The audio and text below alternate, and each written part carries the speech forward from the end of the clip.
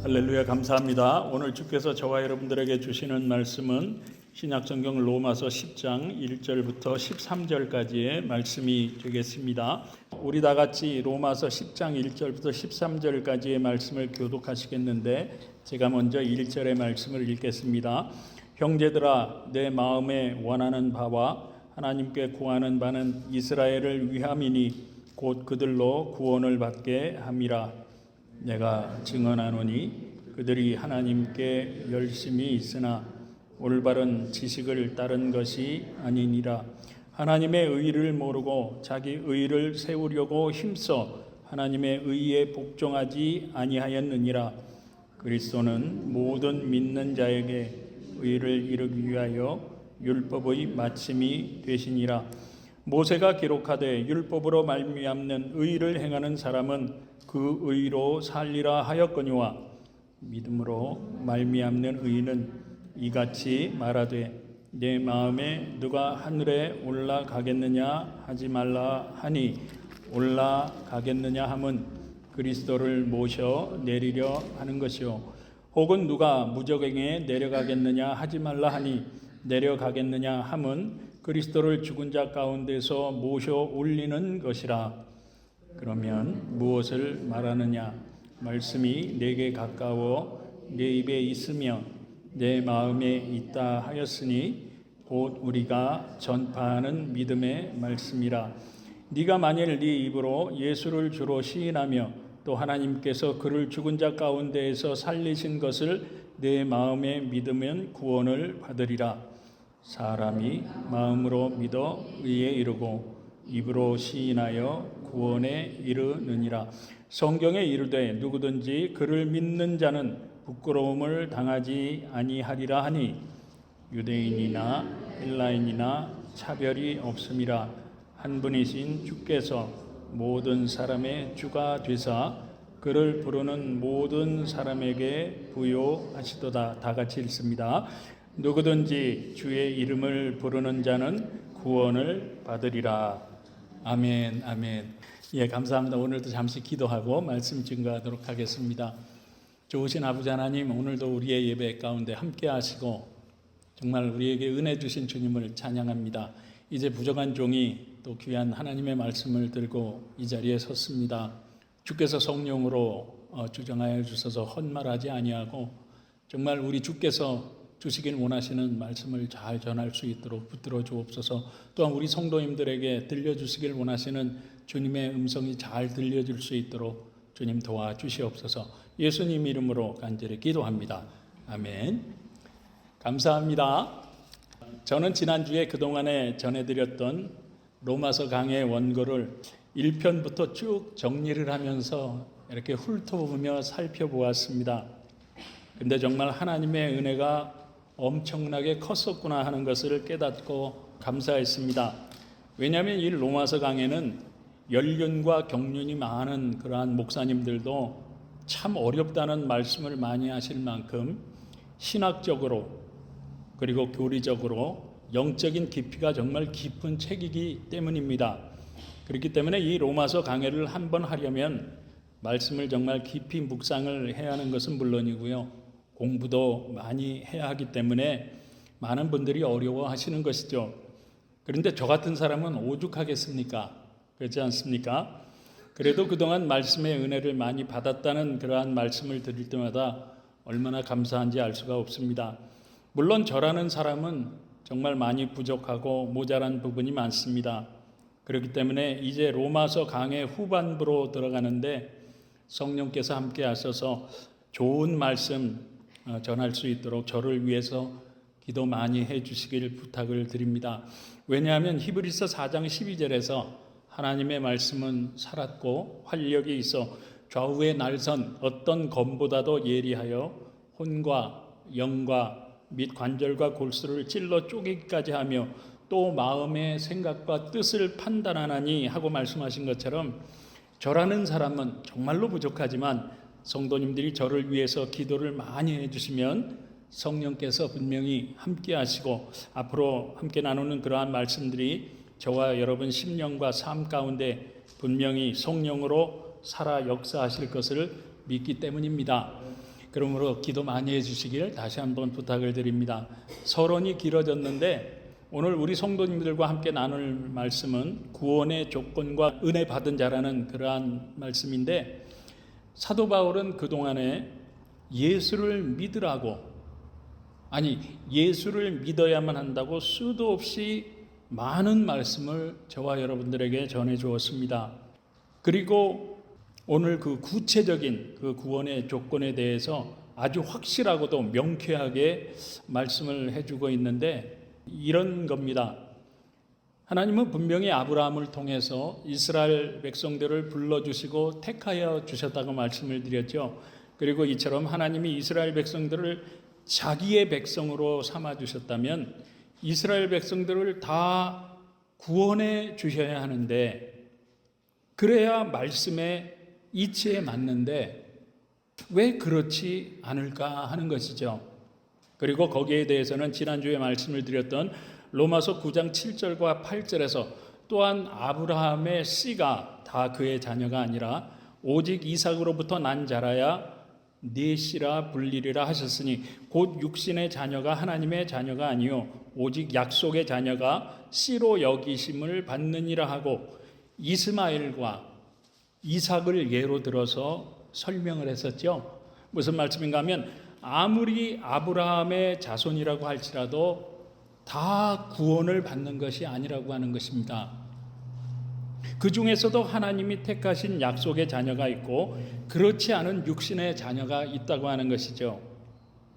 쉽게 설명을 드려서 목사의 가정에서 태어났다고 해서 다 구원을 받는 것이 아니라, 아무리 모태의 신앙인이라고 해서 구원을 받는 것이 아니라, 평생 동안 교회를 다녔다고 구원을 받는 것이 아니라, 어떤 사람들이 구원을 받는다고 말씀을 드렸죠.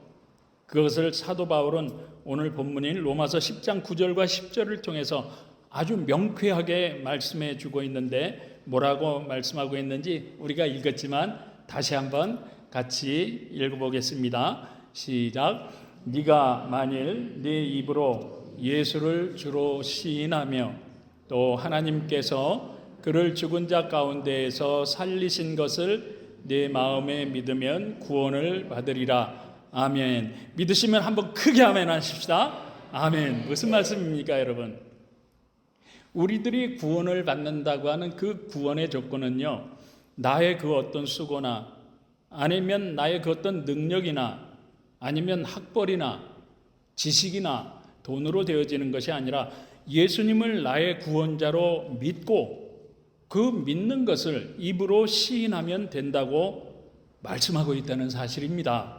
그러므로 아직까지도 예수를 믿지 않는 분들이 이 자리에 계신다거나 아니면은 교회는 오래 다녔는데 이게 진짜 맞을까 하고 의심하는 분들은 이 시간 예수님을 나의 구원자로 다 믿고 입으로 시인하심으로 말미암아 다 구원받는 정말 축복의 성도님들 되실 수 있길 우리 주님 예수님의 이름으로 축복합니다, 여러분. 왜냐하면요, 이제 얼마 있지 않으면 저와 여러분들은 반드시 죽습니다. 그 죽음이 오늘이 될지 내일이 될지 1시간 앞이 될지 지금 당장이 될지 아무도 모르죠. 그렇지 않습니까? 그런데 죽으면 모든 것들을 다 놓고 떠나가야 합니다. 그렇지 않습니까? 죽었는데 억울하다고 해서 내가 남겨준 재산 가져간 사람 보셨습니까? 없지요. 그런데도 우리 사람들은 어떻습니까? 살 날이 얼마 남지 않은 것 같은데도 이 땅에서는 노후 대책이다 뭐다 하면서 대책들을 부지런히 세우는 것을 볼 수 있습니다. 그렇지만 히브리서 9장 27절에서 한 번 죽는 것은 사람에게 정해진 것이요 그 후에는 심판이 있으리니 하고 말씀하고 있는 것처럼 우리의 죽음은 끝이 아니라고 말씀하고 있죠. 우리가 죽으면 끝이 아니라 하나님의 심판대 앞에 서서 지옥에서의 멸망이냐 아니면 천국에서의 영생이냐를 심판을 받아야만 한다고 성경은 증거하고 있습니다. 다시 말씀드려서 죽음은 끝이 아니라 죽음 뒤에는 다시 영원한 삶을 시작해야 한다고 성경은 말씀을 통해서 증거하고 있는 것이죠.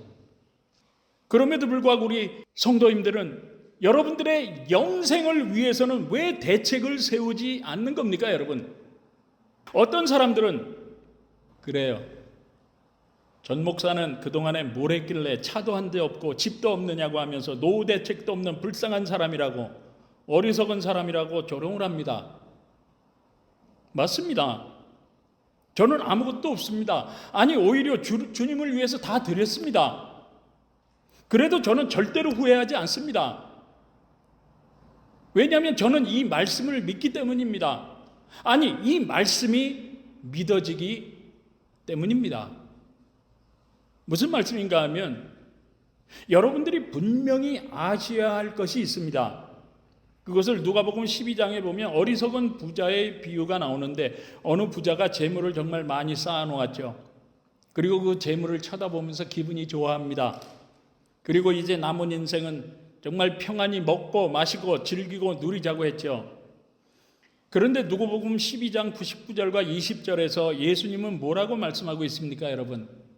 또 내가 내 영혼에게 이르되 영혼아, 여러 해 쓸 물건을 많이 쌓아두었으니 평안히 쉬고 먹고 마시고 즐거워하자 하리라 하되, 하나님은 이르시되 어리석은 자여, 어리석은 자여, 오늘 밤에 너의 영혼을 도로 찾으리니 그러면 그동안에 네가 준비한 것이 누구의 것이 되겠느냐 하고 말씀하신 것처럼, 이 세상에서 가장 불쌍하고 어리석은 사람은요, 죽으면 끝이 아니라고 하는, 죽으면 끝이 아니라 새로운 시작이라고 하는 이 진리의 말씀을 모르는 사람들과, 그렇기 때문에 예수를 믿으면서도 앞으로 영원히 살아야 할 영생을 위해서 아무런 대책도 세우지 않고 세상을 쫓아가는 사람들이 가장 불쌍하고 어리석은 사람들이라고 성경은 말씀하고 있다는 사실입니다. 그런데 또 어떤 분은 그러세요. 나이가 많이 들면 여행도 가고 편안하게 살려고 노후 대책을 세운다고 말씀하십니다. 그런데 한번 생각해 보시기 바랍니다. 어떤 분은 젊었을 때 정말 하루에 10시간씩 12시간씩 밥도 제대로 먹지 못하면서 꼬박 40년 동안 일을 하셨답니다. 그래서 노후 자금도 많이 모아 놓으셨대요. 그래서 이제 리타이어를 해서 여행도 가고 편안하게 좀 잘 살자 하셨다고 합니다.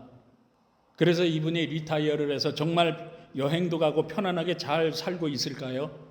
물론 몇 년 동안은 여행도 가고 편안하게 잘 사셨다고 합니다. 그런데 80이 넘은 지금은요, 다리가 떨려서 아무 데도 못 간다고 그래요. 가고 싶어도 못 간다고 그럽니다. 뿐만 아니라 지금 간암에 걸려서 그동안에 모아놨던 돈은요, 병원에 다 갖다 주고 있답니다. 무슨 말씀입니까, 여러분? 그렇게 고생하면서 평생 애쓰고 수고해서 모은 재산을 고작 몇 년 동안 여행 가고 편안하게 먹고 살려고 고생을 한다고 하는 것은 너무나도 허무한 일이 아니겠습니까? 그렇지 않습니까? 무슨 말씀인가 하면 우리 인생은 정말 별거 아니라고 하는 것이죠. 왜냐하면 우리의 토기장이신 하나님께서 지금이라도 너 나한테 와! 하고 오라고 하시면 이 모든 것들을 다 놓고 떠나야만 하는 것이 바로 우리 인생이기 때문이라고 하는 것이죠. 그런데 우리 하나님은요, 예수 믿고 구원받는데 돈 내놓으라고 하지 않습니다. 무슨 고행을 요구하지도 않지요. 성경 공부를 많이 하고 성경 시험을 쳐서 몇 점 이상 받아야 된다고 말씀하지도 않습니다. 거창한 학벌도 요구하지도 않지요. 그냥 믿으라는 겁니다. 예수님이 나의 죄를 위해서 십자가에서 피 흘려 죽으시고 부활하심으로 말미암아 나는 지옥으로부터 구원하셨다는 사실을 믿고, 부활하신 예수님처럼 나도 천국에서 다시 부활해서 영생을 누린다는 사실을 믿고 입으로 고백하기만 하면 된다는 겁니다. 그런데 그것을 어떻게 우리가 믿을 수가 있겠습니까, 여러분? 그것을 오늘 본문인 로마서 10장 13절에서 이렇게 증거하고 있기 때문인데, 이 말씀도 우리가 읽었지만 함께 같이 읽어보겠습니다. 시작. 누구든지 주의 이름을 부르는 자는 구원을 받으리라. 아멘입니까, 여러분? 믿게 되시길 주님의 이름으로 축원합니다. 정말로 믿고 다 구원받을 수 있는 우리 성도님들 되실 수 있길 정말 간절히 바랍니다. 여러분, 다른 것이 축복이 아닙니다. 잠깐 살다가 떠나지만 그 후에는 영원히 살아야 할 그것을 위해서 우리가 예수 믿고 구원받아 천국의 영생을 얻는 것이 바로 우리 인생 최고의 축복인 줄 정말 믿게 되시길 다시 한번 주님의 이름으로 축원합니다. 여러분, 그러므로 저와 여러분 모두는 정말 다 예수 믿고 천국에서 우리 예수님처럼 영광스러운 몸으로 다시 만나서 우리 주님과 함께 영생 복락을 우리가 다 같이 함께 기쁨으로 누릴 수 있는 복된 성도님들 되실 수 있기를 다시 한번 우리 주님의 이름으로 축원합니다. 그런데 이스라엘 백성들은요, 오늘 본문인 로마서 10장 2절과 3절에서 내가 증언하노니 그들이 하나님께 열심히 있으나 올바른 지식을 따른 것이 아니니라. 하나님의 의를 모르고 자기 의를 세우려고 힘써 하나님의 의에 복종하지 아니하였느니라고 말씀하고 있는데, 이 말씀이 무슨 말씀인가 하면요, 성경에서 말씀하고 있는 구원은 나의 노력으로는 안 된다고 말씀하셨죠. 그런데 이 세상에 있는 종교들은 어떻습니까, 여러분? 그들은 스스로의 노력으로 구원을 이루라고 이야기하고 있다는 사실입니다. 그러니까 어떤 종교를 믿는 사람은 세상을 등지고 산속에 들어가서 몇 년이고 몇십 년이고 참선을 하느라 애를 쓰고 있죠. 어떤 종교에서는 자기 몸에 상처를 내서 자해를 하고요, 정말 몇백 킬로를 걸어가야 한다는 그런 육체의 고행을 요구하기도 합니다. 그런데 하나님은 이스라엘 백성들에게 하나님을 믿음으로 말미암아 의롭다고 칭해 주시고 구원해 주시기를 원하셨습니다. 인간의 노력으로 구원을 받는 것이 아니라 하나님을 믿는 것으로만으로도 그들을 구원해 주시기를 원하셔서 이스라엘 백성들에게 율법을 주셨죠. 그렇지만 이스라엘 백성들은 하나님을 믿을 생각은 하지 않았습니다. 단지 율법을 어떻게든 잘 지키려고 하는 그들의 노력과 행위를 통해서 구원을 이루어 보려고 애를 썼다는 것이죠. 쉽게 설명을 드리면 이런 겁니다. 하나님은 이스라엘 백성들에게 안식일을 기억하여 거룩하게 지키라는 율법의 말씀을 주셨습니다. 그죠? 그리고 안식일을 주신 목적이 있습니다. 그 목적은 무엇인가 하면 그 안식일에 우리를 창조하신 하나님을 기억하라는 것이죠.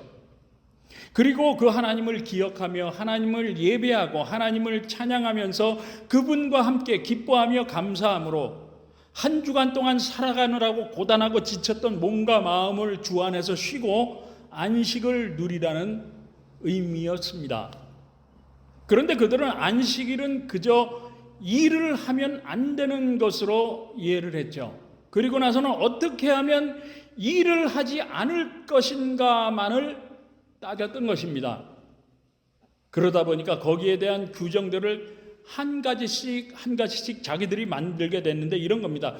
유대교에서는요, 100발짝 이상 걸으면 일이 된다고 자기들이 만들었습니다. 그러니까 만약에 일이 생겨서 밖에 나갔다가 집으로 다시 돌아왔는데 99발짝인 겁니다.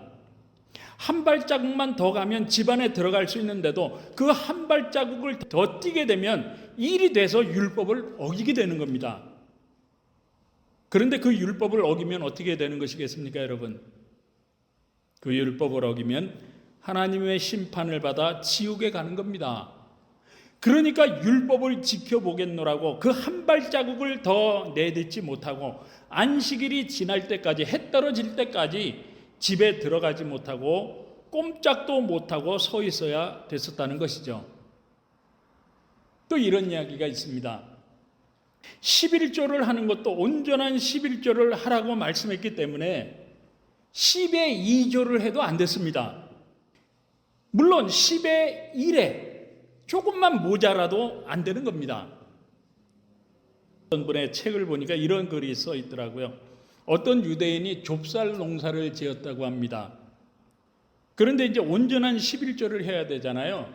그래서 온전한 11조를 하는 방법이 뭘까 고민을 하다가 마당에다가 그 좁쌀을 전부 깔아놨답니다. 그리고 그 좁쌀을 하나씩 며칠 동안이나 세웠다고 합니다. 왜요? 그 중에서 10분의 1을 온전하게 드리기 위해서. 근데 이분의 책에서 뭐라고 얘기했냐면 그렇게 해도 온전한 11조가 되지 못한다고 합니다. 왜 그럴까요, 여러분? 왜냐하면 좁쌀의 크기와 무게가 다 다르기 때문이라고 합니다. 그러니까 숫자는 맞아도 온전한 11조가 되질 못한다고 하는 것이죠. 뿐만 아니라 유대교에서는요, 일주일에 이틀씩은 꼭 금식해야 합니다. 하루에 몇 시간씩 꼭 성경을 읽어야 합니다. 뿐만 아니라 성경 몇 구절씩은 반드시 암송을 해야 했다고 합니다. 그리고 출애굽기에도 나오지만 성경 구절을 써서 집안 곳곳에 붙여야 했습니다. 그렇기 때문에 예수님이 누가복음 18장 11절부터 13절까지 해서 이런 비유를 말씀하셨는데 한번 보세요. 바리새인은 서서 따로 기도하며 이르되 하나님이여 나는 다른 사람들 곧 토색 불의 간음을 하는 자들과 같이 아니하고 이 세리와도 같이 아니함을 감사하나이다. 나는 일에 2번씩 금식하고 또 소득의 11조를 드리나이다 하고 세리는 멀리 서서 감히 눈을 들어 하늘을 쳐다보지도 못하고 다만 가슴을 치며 이르되 하나님이여 불쌍히 여기소서 나는 죄인으로소이다 하였느니라. 무슨 말씀입니까, 여러분? 바리새인은요, 다른 사람과 자기 신앙을 비교를 하죠. 그래서 자기는 토색도 하지 않고 불의도 저지르지 않으며 간음도 하지 않았을 뿐만 아니라 금식도 하고 11조도 드린다고 하나님을 향해서 기도를 했죠.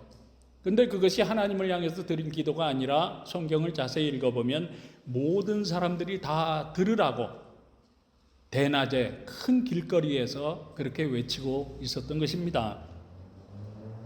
그런데 이 바리새인이 그렇게 했다고 해서 정말 율법을 다 지켰던 의인이었겠습니까? 천만의 말씀입니다. 왜냐하면 마태복음 5장 27절과 28절에서 또 간음하지 말라 하였다는 것을 너희가 들었으나 나는 너희에게 이르노니 음욕을 품고 여자를 보는 자마다 마음에 이미 간음한 것이라고 주께서 말씀하셨는데 과연 이 바리새인이 음욕을 품지 않기 위해서 눈을 감고 여자를 보지 않았을까요? 그래서 죄를 짓지 않았을까요? 아니죠. 그런데 왜 그렇습니까, 여러분? 그 이유는요, 바로 로마서 3장 10절에서 기록된 바 의인은 없나니 하나도 없다고 말씀한 것처럼 이 바리새인이 아무리 노력하고 수고했다고 하더라도 율법을 다 지킬 수가 없습니다. 뿐만 아니라 지금 자기 스스로를 하나님을 향해서 속이고 있기 때문이라고 하는 것이죠. 그렇기 때문에 마태복음 23장 27절에서 화 있을진저 외식하는 서기관들과 바리새인들이여 회칠한 무덤 같으니 겉으로는 아름답게 보이나 그 안에는 죽은 사람의 뼈와 모든 더러운 것이 가득하도다 하고 예수님이 외식하는 그들을 향해서 아주 신랄하게 책망을 하셨던 것입니다. 얼마 전에 예수는 믿는데 교회를 나오지 않는 분이 있어서 교회를 좀 나오시라고 전화를 드렸습니다. 그런데 그분 하시는 말씀이 자기는 성경을 50번도 넘게 통독을 하셨답니다. 성경을 다 안다는 거죠. 그리고 더군다나 이 지역에서는 들을 만한 설교가 없어서 교회를 다니지 않는답니다. 그리고 또 어떤 분은 저에게 목사님은 새벽 기도를 하시느냐고 물으셔서 아유 왜 새벽 기도 나오시게요? 저희는 새벽 기도를 한다고 말씀을 드렸더니 새벽 기도 나오겠다는 소리는 하지 않고 자기가 다니는 교회 목사님은 새벽 기도를 안 한다고 비난하는 겁니다. 그래서 다른 교회 새벽 기도를 나가는데 그 교회는 장로들도 새벽 기도를 나오지 않는다고 막 저한테 열을 내시는 겁니다. 뿐만 아니라 자기 교회에서 봉사를 하는 사람들 이름들을 나열하면서 저도 알지도 못하는 누군지도 모르는 여선교회 회장부터 시작해서 누구는 이렇고 누구는 저렇게 하면서 그렇다고 해서 자기가 다 교회 일은 할 수 없고 속상해서 죽겠다고 하면서 끝도 없이 저한테 불평을 하시는 겁니다. 근데 저랑 통화를 해보신 분은 아시겠지만 저는 원래 전화를 중간에 잘 끊지 못합니다. 될 수 있는 대로 다 들어드리려고 하는 편인데 결국에는 제가 듣다 못해서 못 견디고 한마디 말씀을 드렸습니다. 근데 제가 뭐라고 말씀드렸겠어요? 권사님, 더 이상 불평하지 마시고요. 권사님이 그냥 목회하세요. 그러면 될 것 같네요. 그렇게 하고 전화를 끊은 적이 있었습니다. 무슨 말씀인가 하면, 사랑하는 성도 여러분 잘 들으시기 바랍니다. 누가복음 18장 13절에 보시면, 세리는 멀리 서서 감히 눈을 들어 하늘을 쳐다보지도 못하고 다만 가슴을 치며 이르되 하나님이여 나를 불쌍히 여기소서 나는 죄인으로소이다 하고, 바리새인과 세리의 기도를 비유로 주께서 말씀하셨는데 무슨 뜻이었겠습니까, 여러분? 이 말씀의 뜻은요, 바리새인과 세리를 향한 말씀이 아니라 바로 오늘날 저와 여러분들을 향하신 주님의 말씀이요, 주님의 음성이요, 저와 여러분들에게 원하시는 우리 신앙의 모습인 줄 여러분들은 믿으시기 바랍니다. 그런데 왜 그렇습니까, 여러분? 그 이유는요, 바로 내가 예수 믿고 구원받은 것은 내가 성경을 많이 읽어서도 아니고, 금식을 많이 해서도 아니고, 새벽 기도를 하루도 빼먹지 않아서도 아니고, 내가 교회에서 봉사를 많이 해서도 아니고, 저와 여러분들이 예수 믿고 구원받게 된 것이 무엇입니까, 여러분? 그것을 에베소서 2장 8절과 9절에서 이렇게 말씀하고 있죠. 너희는 그 은혜에 의하여 믿음으로 말미암아 구원을 받았으니 이것은 너희에게서 난 것이 아니라 하나님의 선물이라.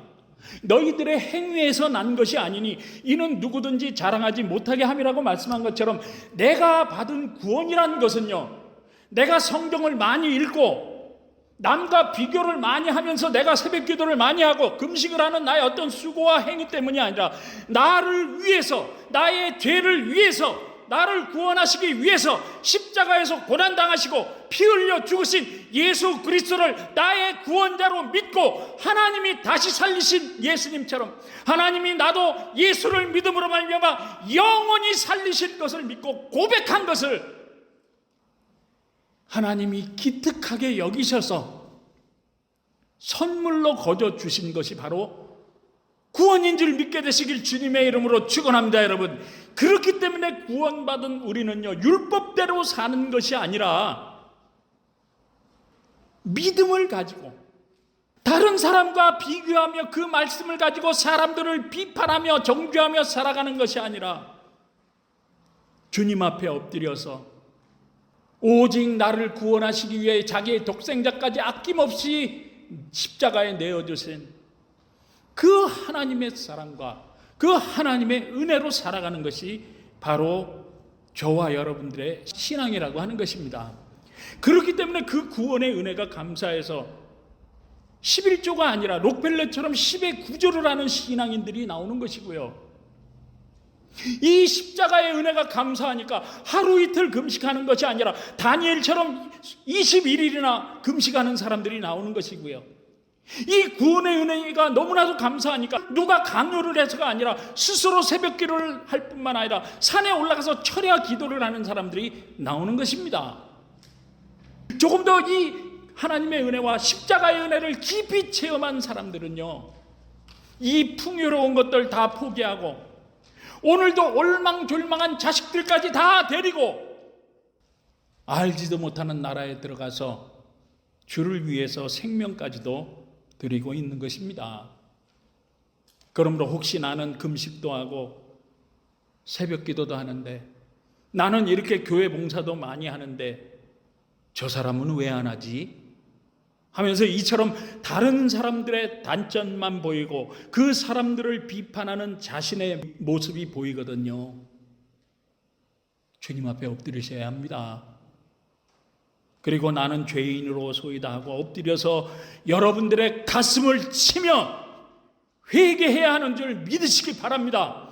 그런데 우리가 왜 그렇게 해야만 하는 겁니까, 여러분? 그 이유는요, 하나님의 말씀과 우리의 신앙은요, 남을 향한 것이 아니기 때문입니다. 하나님의 말씀과 우리의 신앙은요, 바로 나 자신을 향한 것이기 때문이라고 하는 것입니다. 그렇기 때문에 예수님은 고린도전서 10장 12절에서 그런즉 선줄로 생각하는 자는 넘어질까 조심하라고, 사도 바울을 통해서 경고를 하셨던 것이고요. 이 주님의 음성을 깨달은 사도 바울은요, 고린도전서 15장 31절에서 형제들아, 내가 그리스도 예수 우리 주 안에서 가진 바 너희에게 대한 나의 자랑을 두고 단언하노니 나는 날마다 죽노라고. 그렇기 때문에 자신은 내세울 것이 많지만 그럼에도 불구하고 자신은 날마다 주님 앞에 겸손하게 엎드려서 자신을 죽이는 회개의 삶을 사노라고, 겸손한 삶을 사노라고 고백을 했던 것입니다. 그리고 이처럼 내가 주님 앞에서 죽어야, 우리가 찬송을 불렀던 것처럼 비로소 주님께 쓰임받을 수 있는 성령의 힘과 능력을 받을 수가 있기 때문이라고 하는 것입니다. 내 속에 교만과 세상 것으로 가득 차 있는데 하나님이 우리 심령 가운데 하나님의 능력과 하나님의 은혜가 들어올 자리가 있겠습니까? 아니잖아요. 내 자신을 다 비워놓고 회개를 해야만 하나님께서 하늘문을 활짝 여시고 성령의 힘과 능력을 받아서 우리의 심령이 새롭게 변화되어 새로운 삶을 살아갈 수가 있기 때문인 것입니다. 그러므로 우리 성도님들이 정말로 하나님의 은혜로 말미암아 그 십자가의 은혜로 구원받은 사람들이라고 믿으신다고 하면 사도 바울처럼 내 자신을 자랑하는 것이 아니라 오히려 날마다 주님 앞에 겸손하게 엎드려서 회개함으로 자신을 날마다 죽이심으로 말미암아 이 하나님의 사랑과 십자가의 은혜를 회복하실 수 있기를 정말 간절히 바랍니다. 그러므로 정말 말로만, 겉으로만이 아니라 주님이 주시는 힘과 성령의 능력을 가지고 변화된 생명과 능력의 삶을 다 살아갈 수 있기를 간절히 바랍니다. 또한 아직까지 예수를 믿지 않고 있는 분들이 계시다면 제발 좀 예수님을 나의 구원자로 믿고 고백하심으로 말미암아 정말 다 구원받을 수 있기를 바랍니다. 뿐만 아니라 교회는 오래 다녔는데 아직까지 구원의 확신이 없으신 분들은요, 노후 대책만 세우지 마시고, 지금 중동에서 전쟁이 일어나고 있잖아요. 러시아와 우크라이나 전쟁이 있잖아요. 거기에 있는 사람들이 내가 오늘 죽을 걸 알고 죽는 사람이 있습니까? 마찬가지입니다. 우리는 전쟁은 없지만 오늘도 수많은 사건과 사고 가운데 얼마나 많은 사람들이 갑자기 죽어나갑니까? 저와 여러분들의 생명을 보장할 수 있습니까? 아니잖아요. 그러므로 얼마 있다가 떠나야 할 우리의 노후 대책만 세우지 마시고 우리 죽음 뒤에 있는 영생을 위해서 주님, 나도 이 복음이 믿어지게 해달라고 기도하며 여러분 영혼의 영생에 대한 대책을 세우시기 바랍니다. 그리고 신앙은 남을 위한 것이 아니라 바로 나 자신과 나의 영생을 위한 것임을 정말 깨닫게 되시길 간절히 바랍니다. 왜냐하면 이것이 바로 하나님의 사랑과 은혜로 구원받은 성도의 모습이요, 성도의 삶이기 때문입니다. 그러므로 사도 바울처럼 주님 앞에서 회개함으로 날마다 죽는 겸손한 신앙생활을 통해서 주님께 귀하게 쓰임받고 주님을 기쁘시게 하는 그러한 남은 인생을 살아가실 수 있는 복된 성도님들 다 되실 수 있길 우리 주님 예수님의 이름으로 축복합니다. 축복합니다. 기도하시겠습니다. 좋으신 아버지 하나님, 오늘 구원의 조건과 하나님의 은혜 받은 자의 삶은 무엇인가에 대해서 말씀 주심을 감사합니다. 그러므로 아직까지 예수 믿지 않는 분들이 있다면 이 시간 성령으로 감동해 주셔서 예수 믿기로 결단하게 하시고, 아직 구원의 확신이 없는 분들에게는, 정말 이 세상에 노후만 걱정하는 성도님들에게는 믿음 주셔서 이제부터는 천국의 영생에 투자하며 영혼 구원을 위해 대책을 세울 수 있도록 주님 도와주옵소서. 또한 이제부터는 주님 앞에 엎드려 회개함으로 날마다 자신을 쳐서 복종시키고 죽임으로 말미암아 주님이 주시는 힘과 새로운 성령의 능력을 가지고 우리 믿음의 선배들처럼 주님께 귀하게 쓰임받을 수 있는, 주님 기뻐하시는 삶을 살아갈 수 있는 성도님들 될 수 있도록 주님 도와주옵소서. 예수님 이름으로 간절히 기도드립니다. 아멘.